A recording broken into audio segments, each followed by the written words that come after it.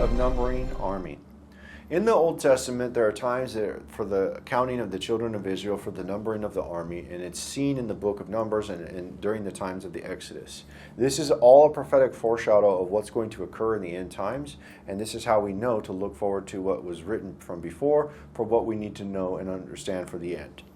And first, looking to the numbering of the soldiers in the camp in the wilderness, in the book of Numbers chapter 1, verse 2 and 3, it says, "Take ye the sum of all the congregation of the children of Israel after their families, by the house of their fathers, with the numbers of their names, every male by their polls. From 20 years old and upward, all that are able to go forth to war in Israel, thou and Aaron shall number them by their armies." So we see here that the latter sum of the things that were counted for the people in the Exodus and for the children of Israel, they were only permitted to be numbered by the war-age men for the army. And this is what this was counting. Numbers chapter 26 verse 2 says, "Take the sum of all the congregation of the children of Israel from 20 years old upward throughout their father's house, all that were able to go to war in Israel."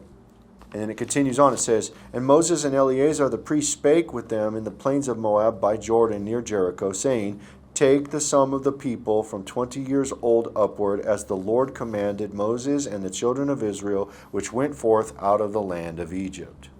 And there are some other things that occurred that will occur in the end times as well, as the people are defiant and try to rise up against the two prophets.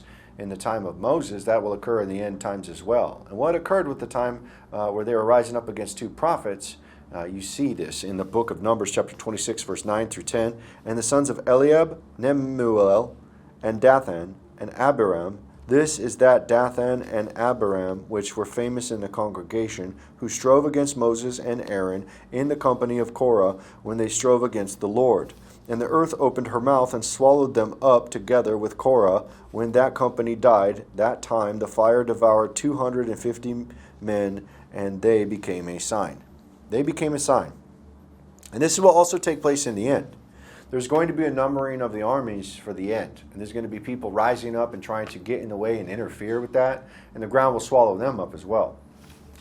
In the book of Revelation chapter 7 verse 4 through 8, it talks about the numbering of the 144,000 armies being prepared for the Exodus and the soldiers for the camp. "And I heard the number of them which were sealed, and there were sealed 144,000 of all the tribes of the children of Israel." Now we know that they're counting not the entirety of the congregation here in the prophecy, but it's specifically to those measures of 1,000 men, just like Moses' father-in-law Jethro told him to take and make men captains over 1,000.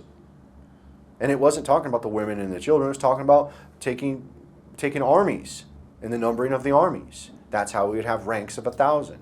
And so what we see here is we see that the prophecy of the Revelation chapter 7 is actually 144,000 soldiers, with 12,000 soldiers each tribe.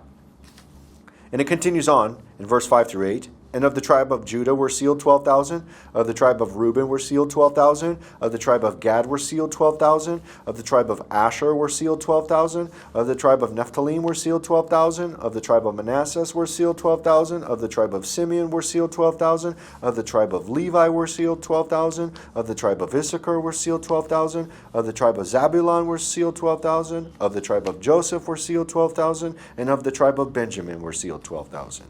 So we have the numbering of 144,000 men of armies being prepared for the Exodus here in the book of Revelation. And we know in the times of old, when Moses brought the people out into the wilderness, that they went out and had manna, and they went out on eagle's wings. This is what is spoken about in the book of Exodus. Well, this will occur again in the end times, and this is why the book of Revelation chapter 12 talks about this. These armies will go out into the wilderness, these numbered men with the remnant, all together as the Israel of God. Revelation chapter 12 verse 14 says, "And the woman were given 2 wings of a great eagle, that she might fly into the wilderness, into her place where she is nourished for a time and times and half a time from the face of the serpent. And the serpent cast out of his mouth water as a flood after the woman, that he might cause her to be carried away of the flood. And the earth helped the woman, and the earth opened her mouth and swallowed up the flood which the dragon cast out of his mouth. So we see here that the earth opens up its mouth and swallows those who are trying to rise up, just like the children of Korah, as a sign. Remember, in the book of Numbers, it says that this was done to the children of Korah, that the ground opened up and swallowed them. The earth opened her mouth and helped them by swallowing them because of their disobedience. And this occurs in the end times as well. When the woman goes out into the wilderness with the armies, there's also going to be a likeness of the sons of Korah who defy and who are disobedient and resist, and they will be swallowed up in the earth as they're spit out by the devil to come after the people into the wilderness. The earth will open its mouth and swallow those people. Revelation chapter 19, verse 19 and 20 talks about what happens at the very end of this, and we see that the return of Christ and his armies are taking back Jerusalem from the beast and his armies. It says, "And I saw the beast and the kings of the earth and their armies gathered together to make war against him that sat on the horse and against his army." Well, who is his army? His army is the Lord of hosts' army. The 144,000 and those who are prepared for the end in that day are ready for the Lord on his return as he comes back in and takes back Jerusalem. And this is very, very clear. If you understand this, the prophecy becomes very clear, because this is not just like people leaving. It's people preparing for a war, a crusade. Christ is going to return and take back Jerusalem. And those armies will be prepared for that day. Revelation chapter 19, verse 20 continues on. It says, "And the beast was taken, and with him the false prophet that wrought miracles before him, with which he deceived them that received the mark of the beast and them that worshipped his image. These both were cast alive into a lake of fire burning with brimstone." So we see that the armies are prepared, the numbering of the people, the ground swallowing up. All of this is prophetic foreshadow of what is going on in the end times. So all of the things that are written in the Old Testament, in the time of the Exodus, everything that occurred in the time of Exodus is a prophetic foreshadow of what's going to occur in the end.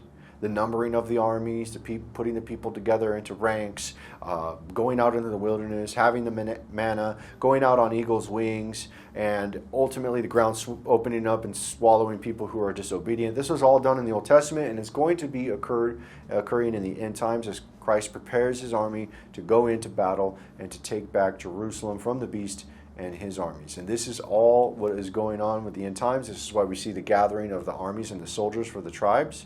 It's the Lord of hosts calling his armies to get ready and prepare by gathering together, going into the wilderness, and waiting for him to come down so that way that we can come back and take Jerusalem back from the Antichrist. And this is a prophecy of the numbering of the armies.